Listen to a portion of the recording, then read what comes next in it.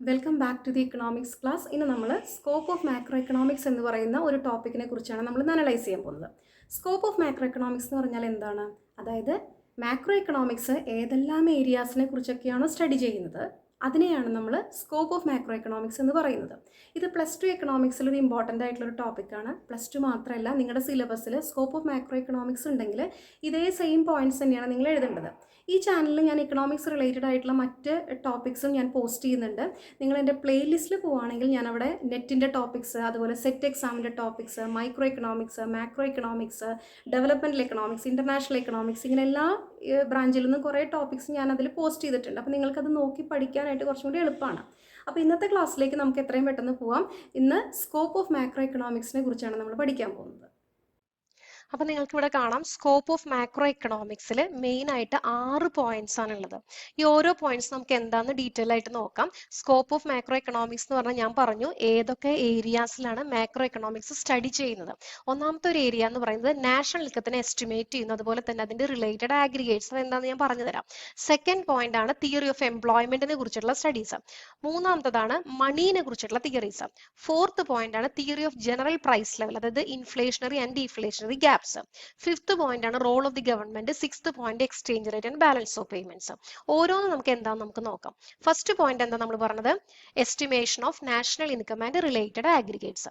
Estimation of national income എന്ന് വെച്ച് കഴിഞ്ഞാൽ മാക്രോ എക്കണോമിക്സിൽ നമ്മൾ സ്റ്റഡി ചെയ്യുന്ന ഒന്നാമത്തെ ഒരു ഏരിയ എന്ന് പറഞ്ഞാൽ ഒരു രാജ്യത്തിന്റെ നാഷണൽ ഇൻകം, ദേശീയ വരുമാനം, അത് എത്രയാണെന്ന് കാൽക്കുലേറ്റ് ചെയ്യുക, എസ്റ്റിമേറ്റ് ചെയ്യുക. ഓക്കെ, അതുപോലെ തന്നെ അതിന്റെ റിലേറ്റഡ് ആയിട്ടുള്ള ആഗ്രിഗേറ്റ്സ് എന്ന് പറയുന്നത് ഇവിടെ GDP, NDP ഇതൊക്കെയാണ്.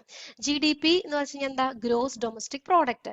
NDP എന്ന് പറഞ്ഞാലോ net domestic product. Okay, GDP എന്ന് പറയുമ്പോൾ ഒരു രാജ്യത്തിന്റെ, അതായത് എല്ലാ ഗുഡ്സിൽ നിന്നും സർവീസിൽ നിന്നും ഒരു രാജ്യത്തിന് കിട്ടുന്ന ടോട്ടൽ ആയിട്ടുള്ള വരുമാനം, അതുപോലെ തന്നെ ആ പ്രൊഡക്ഷന് വേണ്ടി അവർ ചെലവാക്കുന്ന അവരുടെ കോസ്റ്റ്, ഇതൊക്കെ GDP-യിൽ ഇൻക്ലൂഡഡ് ആണ്.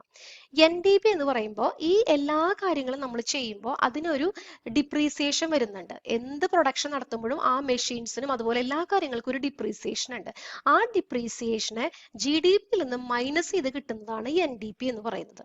അല്ലെ, ഒരു മെഷീൻ നമ്മൾ ഉപയോഗിക്കുമ്പോൾ ആ മെഷീന് ഒരു ഡിപ്രീസിയേഷൻ ഉണ്ട്, തേയ്മാനം ഉണ്ട്. അതിന്റെ കോസ്റ്റ് ഗവൺമെന്റ് കുറയ്ക്കുന്നു. അതിനുശേഷം ആ ഡിപ്രീസിയേഷൻ കുറച്ച് കിട്ടുന്നതാണ് NDP എന്ന് പറയുന്നത്, നെറ്റ് ഡൊമസ്റ്റിക് പ്രോഡക്റ്റ്. അപ്പൊ ഒന്നാമത്തെ മാക്രോ എക്കണോമിക്സിൽ അവർ കാൽക്കുലേറ്റ് ചെയ്യുന്നത് അല്ലെങ്കിൽ അവർ പഠിക്കുന്നത് നാഷണൽ ഇൻകം എങ്ങനെ എസ്റ്റിമേറ്റ് ചെയ്യും, അതുപോലെ അതിന്റെ റിലേറ്റഡ് ആഗ്രിഗേറ്റ്സ്. സെക്കൻഡ് പോയിന്റ് ആണ് അതിൽ തിയറി ഓഫ് എംപ്ലോയ്മെന്റ്, അതായത് എംപ്ലോയ്മെന്റ് റിലേറ്റഡ് ആയിട്ടുള്ള എല്ലാ തിയറീസിനെ കുറിച്ചും ഇതിൽ എക്സ്പ്ലെയിൻ ചെയ്യുന്നു. ഇതിൽ മെയിൻ ആയിട്ടുള്ള ഒരു എംപ്ലോയ്മെന്റ് തിയറിയാണ് മാക്രോ എക്കണോമിക്സിലെ കെയ്നീഷ്യൻ തിയറി ഓഫ് എംപ്ലോയ്മെന്റ്. അപ്പോൾ ഈ കെയ്നീഷ്യൻ തിയറി ഓഫ് എംപ്ലോയ്മെന്റിൽ അവർ അൺഎംപ്ലോയ്മെന്റിന്റെ കോസസും അതുപോലെ തന്നെ അത് സജസ്റ്റ് ചെയ്യുന്നുണ്ട് അതിന്റെ റെമഡീസും, ഇതൊക്കെ തന്നെ ഈ കെയ്നീഷ്യൻ തിയറി ഓഫ് എംപ്ലോയ്മെന്റിൽ കെയ്ൻസ് എക്സ്പ്ലെയിൻ ചെയ്യുന്നുണ്ട്. ഇതൊരു ഇമ്പോർട്ടന്റ് ആയിട്ടുള്ള തിയറിയാണ്. ഈ എംപ്ലോയ്മെന്റ് തിയറിയിലെ ഒരു ഇമ്പോർട്ടന്റ് തിയറിയാണ് Keynesian theory of employment.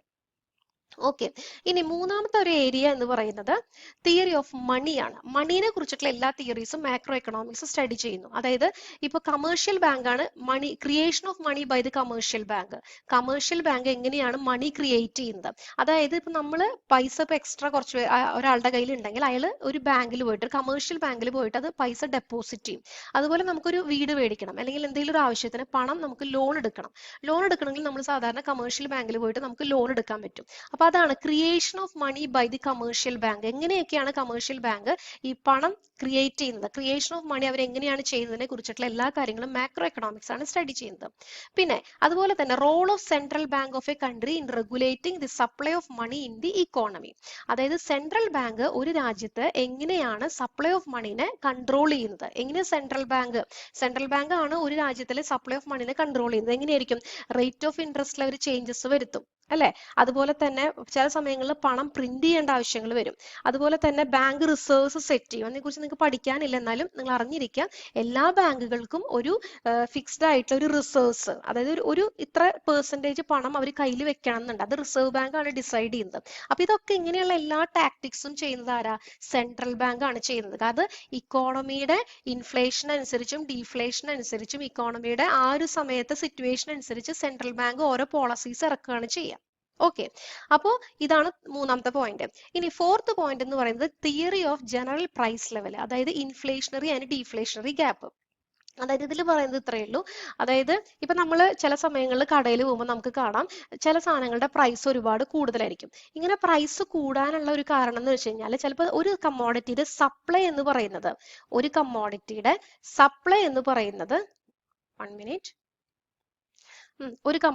Supply ചില സമയങ്ങളിൽ വളരെ കുറവായിരിക്കും, പക്ഷേ ഡിമാൻഡ് എന്ന് പറയുന്നത് വളരെ കൂടുതലായിരിക്കും. ഇപ്പൊ ഒരു കമ്മോഡിറ്റി 10 യൂണിറ്റ്സേ അവൈലബിൾ ആയിട്ടുള്ളൂ, പക്ഷേ ഡിമാൻഡ് എത്രയാണ്? 20 ആൾക്കാർ ഇത് ഡിമാൻഡ് ചെയ്ത് വരികയാണ്. 10 യൂണിറ്റ്സേ അവൈലബിലിറ്റി ഉള്ളൂ, പക്ഷേ 20 ആൾക്കാർക്ക് ഈ സാധനം വേണം. അപ്പൊ എന്തുണ്ടാവും? പ്രൈസ് എന്ന് പറയുന്നത് ഇൻക്രീസ് ചെയ്യും. അപ്പൊ ഈ ഒരു ഗ്യാപ്പ് കണ്ടോ, ഇതിനെയാണ് നമ്മൾ ഇൻഫ്ലേഷണറി ഗ്യാപ്പ് എന്ന് പറയുന്നത്.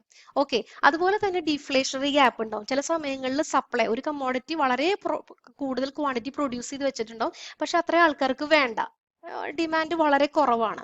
അതായത് സപ്ലൈ എന്ന് പറയുന്നത് വളരെ കൂടുതൽ, ഡിമാൻഡ് എന്ന് പറയുന്നത് കുറവ് വരുമ്പോൾ എന്ത് സംഭവിക്കും? പ്രൈസ് ഡിക്രീസ് ചെയ്യാൻ തുടങ്ങും. ഇത് ഡിഫ്ലേഷണറി ഗ്യാപ്പ് ആണ്. ഇങ്ങനെയുള്ള എല്ലാ കാര്യങ്ങളെ കുറിച്ചും മാക്രോ എക്കണോമിക്സിലാണ് നമ്മൾ സ്റ്റഡി ചെയ്യുന്നത്.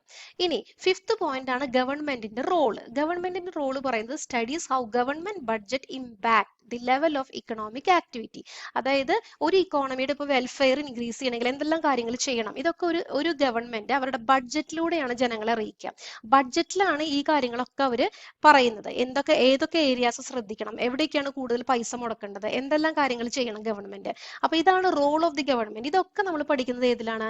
മാക്രോ എക്കണോമിക്സിൽ. ഇനി 6th പോയിന്റ് എന്ന് പറയുന്നത് exchange rate and balance of payments ആണ്. അതായത് determination of exchange rate and the way it is managed in the international money market. International money മാർക്കറ്റിൽ നമ്മൾ ഈ എക്സ്ചേഞ്ച് റേറ്റ് എങ്ങനെയാണ് മാനേജ് ചെയ്യുന്നത്, അതിനെ കുറിച്ചിട്ടുള്ള സ്റ്റഡീസ് ഒക്കെ മാക്രോ എക്കണോമിക്സിലാണ്. അതായത് ഇപ്പോൾ ഒരു ഡോളറിന് നമുക്ക് എത്ര ഇന്ത്യൻ റുപ്പീസ് ഉണ്ട് എന്ന് ചോദിച്ചു കഴിഞ്ഞാൽ $1 is equal to Indian rupee പറയുകയാണെങ്കിൽ 83.45 സംതിങ് ആണ് ഇന്ത്യൻ റുപ്പിയുടെ വാല്യൂ. ഓക്കെ, അതായത് $1 തന്നു കഴിഞ്ഞാൽ നമുക്ക് തിരിച്ചെത്ര കൊടുക്കണം? 83.45 ഇന്ത്യൻ റുപ്പി കൊടുക്കണം. അത്രയും വാല്യൂ ഡോളറിന് കൂടിക്കഴിഞ്ഞു. ഓക്കെ, അപ്പോ ഇതിന്റെ കാര്യങ്ങളൊക്കെ എങ്ങനെയാണ് മാനേജ് ചെയ്യുന്നത്? ഇതൊക്കെ ഇന്റർനാഷണൽ മാർക്കറ്റിലാണ്, മണി മാർക്കറ്റിലാണ് നമ്മൾ ഇന്റർനാഷണൽ മണി മാർക്കറ്റിൽ എങ്ങനെയാണ് ഇത് മാനേജ് ചെയ്യുന്നത്, അതിന്റെ സ്റ്റഡീസ് ഒക്കെ നമ്മൾ ചെയ്യുന്നത് ഇതിലാണ്, മാക്രോ എക്കണോമിക്സിലാണ്. ഇനി മാക്രോ എക്കണോമിക്സ് അതുകൊണ്ട് തന്നെ എക്സ്പ്ലെയിൻ ചെയ്യുന്നത് how N economy functions, how can it be managed. അതായത് എങ്ങനെയാണ് നമുക്ക് സോഷ്യൽ വെൽഫെയർ മാക്സിമൈസ് ചെയ്യുക, അതായത് എങ്ങനെയാണ് ഒരു ഇക്കോണമി ഫങ്ഷൻ ചെയ്യുന്നത്, എങ്ങനെയാണ് അതിനെ മാനേജ് ചെയ്യേണ്ടത്, ഇതിനെക്കുറിച്ചൊക്കെ മാക്രോ എക്കണോമിക്സ് എക്സ്പ്ലെയിൻ ചെയ്യുന്നത് എന്തിനു വേണ്ടിയിട്ടാണ്? ഒരു സോഷ്യൽ വെൽഫെയർ, ഇക്കോണമിയുടെ സോഷ്യൽ വെൽഫെയർ മാക്സിമൈസ് ചെയ്യാൻ വേണ്ടിയിട്ടാണ്. അപ്പൊ ഇത്രയും കാര്യങ്ങളാണ് ഈ ഒരു സ്കോപ്പ് ഓഫ് മാക്രോ എക്കണോമിക്സ് ചോദിച്ചു കഴിഞ്ഞാൽ നിങ്ങൾ എഴുതേണ്ടത്. അപ്പൊ ഈ പോയിന്റ്സ് നിങ്ങൾ ഇങ്ങനെ ഇതുപോലെ അറേഞ്ച് ചെയ്ത് ഒരു മൈൻഡ് മാപ്പ് പോലെ ആക്കി വെച്ചാൽ നിങ്ങൾക്കത് പരീക്ഷയ്ക്ക് ഓർത്തിരിക്കാനായിട്ട് എളുപ്പമാണ്. ഓക്കെ, അപ്പൊ ഇത്രയൊക്കെയാണ് ഇതിലത്തെ ഇമ്പോർട്ടന്റ് പോയിന്റ്സ്. അടുത്തൊരു ടോപ്പിക് നമുക്ക് അടുത്തൊരു ക്ലാസ്സിൽ അനലൈസ് ചെയ്യും. അതുവരേക്കും ഹാവ് എ നൈസ് ഡേ.